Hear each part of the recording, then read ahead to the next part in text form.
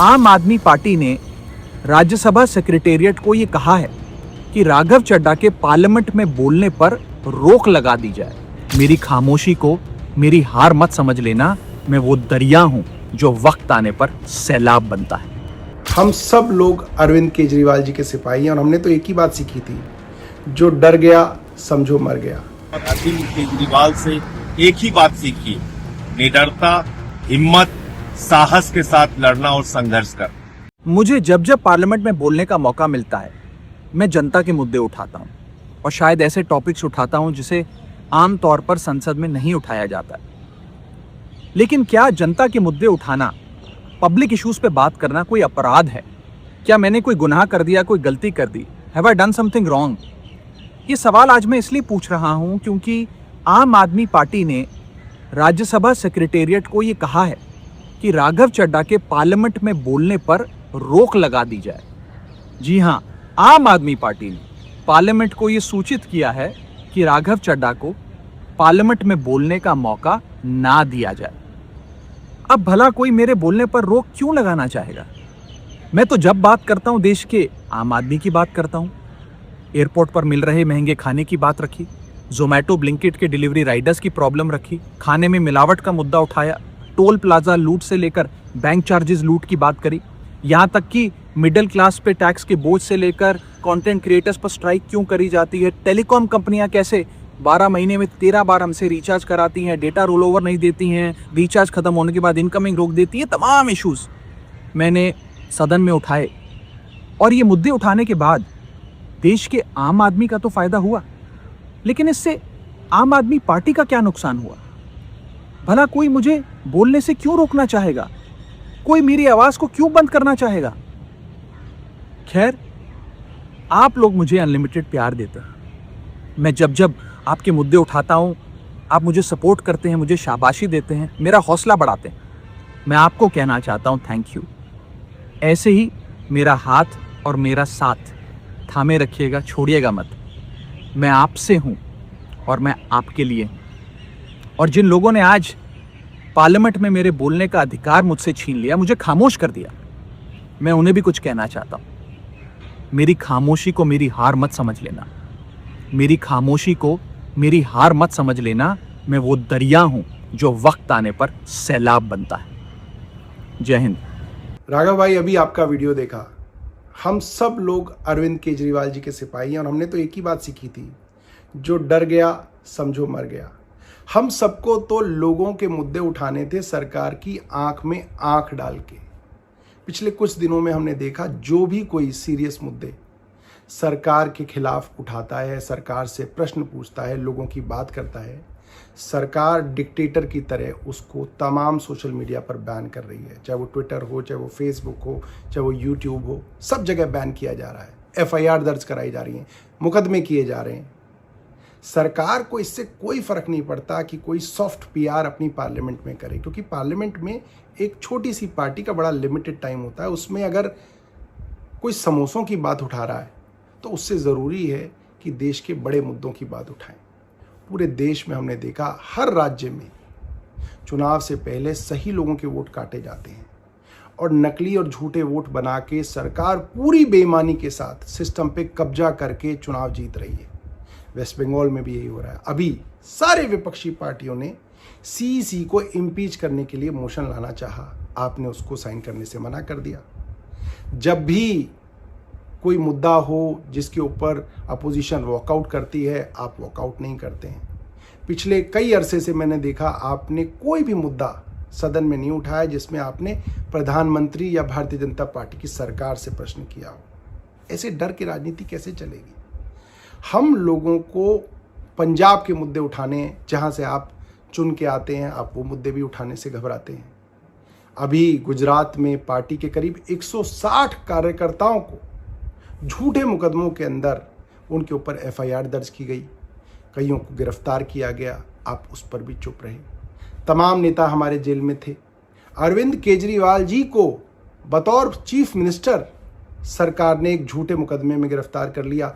आप उस समय भी जो है देश में नहीं थे, आप कहीं जाके छिप गए। मेरा मानना ये है कि देश के लिए असली मुद्दे हमें निडरता से और साहस से उठाने पड़ेंगे और भारतीय जनता पार्टी की आंख में आंख डाल के आपको मुद्दे उठाने पड़ेंगे। वरना देखिए, आपकी जो सॉफ्ट मुद्दे हैं उनसे उनको कोई फर्क नहीं पड़ता, बल्कि भारतीय जनता पार्टी तो कल से आपको सोशल मीडिया पे सपोर्ट कर रही है। आप इसके बारे में सोचिएगा और देखिएगा कि आप कहाँ से चले थे और कहाँ आ गए, और देश को किन चीज़ों की ज़रूरत है और आप कैसे बेहतर कर सकते हैं। धन्यवाद। जय हिंद साथियों, राघव का एक वीडियो आया है। मैं उसके संबंध में यह कहना चाहता हूं कि हम लोग अरविंद केजरीवाल के सच्चे सिपाही हैं और अरविंद केजरीवाल से एक ही बात सीखी है, निडरता, हिम्मत, साहस के साथ लड़ना और संघर्ष करना। लेकिन बड़े अफसोस के साथ यह कहना पड़ रहा है कि देश के तमाम मुद्दों पर जब सीईसी के खिलाफ प्रस्ताव आता है, आप साइन नहीं करते। पश्चिम बंगाल में लोगों के वोट के अधिकार छीने जा रहे हैं। दिल्ली में हम लोगों ने देखा किस तरीके से चुनाव आयोग का दुरुपयोग हुआ। पंजाब का मुद्दा होता है, उस वक्त आप खामोश रहते हो, नहीं बोलते हो। मोदी के खिलाफ आवाज नहीं निकालते हो। तमाम वो मुद्दे जो जनहित के हैं, देश से जुड़े हुए हैं, पार्टी से जुड़े हुए हैं, पार्टी के कार्यकर्ताओं से जुड़े हुए हैं। गुजरात में पार्टी के कार्यकर्ताओं को पीटा जाता है, मारा जाता है, उस पर नहीं बोलते। पंजाब के तमाम अधिकारों को छीनने का काम केंद्र सरकार और मोदी सरकार करती है, उस पर नहीं बोलते। तो ये बहुत सारे मुद्दों पर वॉकआउट करने का मामला आता है, उस समय वॉकआउट नहीं करते। तो ये तमाम चीजें हैं जिसका जवाब देश आपसे चाहता है, लोग आपसे चाहते हैं। जय हिंद। आज मैं राज्यसभा सांसद राघव चड्ढा जी से कुछ सवाल पूछना चाहती हूँ। राघव जी, आप बीजेपी से इतना डरते क्यों? आप बीजेपी से सवाल उठाने से डरते क्यों हैं? आप मोदी जी से सवाल उठाने से डरते क्यों हैं? आज हमारा देश एक बहुत बड़े संकट से गुजर रहा है। आज हमारे देश के लोकतंत्र पर, आज हमारे देश के संविधान पर खतरा। आज हमारी आंखों के सामने इलेक्शन कमीशन का मिसयूज करके पश्चिम बंगाल का इलेक्शन चुराया जा रहा है, लेकिन आप उस पर सवाल नहीं उठा रहे, आप उस पर बोलने से डर रहे हैं। हम सबने देखा किस तरह से दिल्ली में गलत तरीके से वोट काटे गए, बीजेपी के कार्यकर्ताओं ने गलत तरीके से वोट बनाए और बीजेपी इलेक्शन चुरा के ले गई। और आज वेस्ट बंगाल में यही हो रहा है। आज इलेक्शन कमीशन का मिसयूज हो रहा है। लेकिन जब तृणमूल कांग्रेस और पूरी ऑपोजिशन इलेक्शन कमीशन के खिलाफ इंपीचमेंट मोशन लेकर आती है, तो आप उस पर साइन करने से मना कर देते हैं। आपने क्या एक बार भी संसद में पश्चिम बंगाल में हो रहे लोकतंत्र पर हमले पर सवाल उठाए, वोटर डिलीशन पर सवाल उठाए, गलत तरीके से बनते हुए वोट पर सवाल उठाए? क्यों नहीं उठाए? क्या बीजेपी से डर रहे हैं? क्या मोदी जी से डर रहे हैं? आज देश के सामने, देश के आम आदमी के सामने सबसे बड़ा संकट एलपीजी गैस सिलेंडर का है। आप तो बड़े आदमी हैं, राज्यसभा के सांसद हैं, हो सकता है आपको दिक्कत ना आती, लेकिन एक आम परिवार, एक छोटे से मकान में रहने वाला, एक कच्ची कॉलोनी में रहने वाला एक गैस सिलेंडर के कनेक्शन के परिवार को आज अपने बच्चों के लिए खाना बनाने में दिक्कत हुई। पिता सोच रहे हैं मैं काम पर जाऊं, दिहाड़ी लेकर आऊं, या लंबी लंबी लाइनों में खड़ा होकर गैस का सिलेंडर लेके आऊं कि कल मेरे बच्चों के लिए लंच बन सके। जब आम आदमी पार्टी ने पंजाब में, दिल्ली विधानसभा में सिलेंडर का सवाल उठाया, जब आम आदमी पार्टी के सांसदों ने एलपीजी सिलेंडर का मुद्दा उठाया, और आपको जब एलपीजी के मुद्दे पर बोलने के लिए कहा गया, तो आप चुप रह गए। आप मोदी जी से डर गए क्या?